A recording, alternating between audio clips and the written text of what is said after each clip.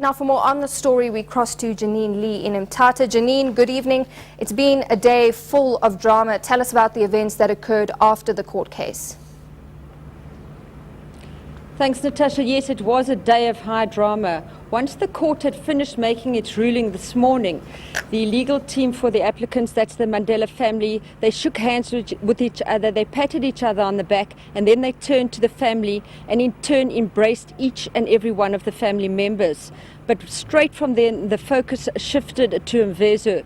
3 hearses made their way along the dusty roads to Mvezo, but the gated part of Mvezo was locked. Police had to pry this gate open before the family and the hearses could go into this sort of compound situation.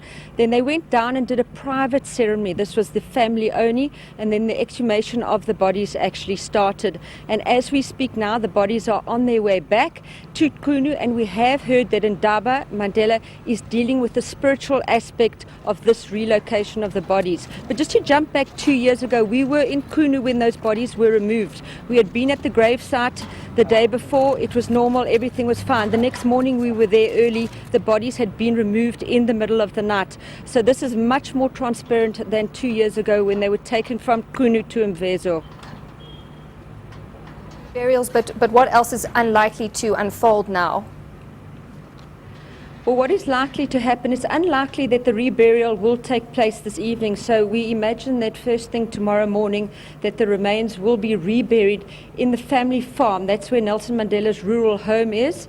And we imagine that this will happen tomorrow. And just to put it into perspective, they won't be put back, the remains will not be reburied in the family graveyard, which is on the opposite side of the end to where Nelson Mandela's rural home is. They're going to be reburied in the family farm where his home is.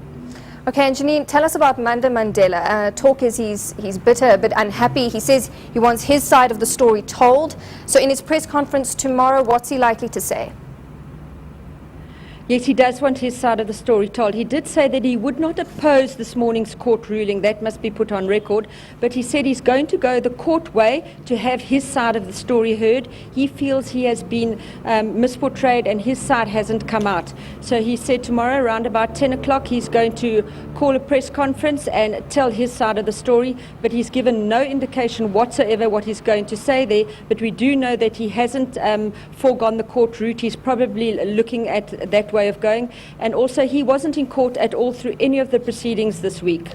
Okay, Janine, thank you very much. We'll have to leave it there. That's our reporter Janine Lee coming to us from Mthatha.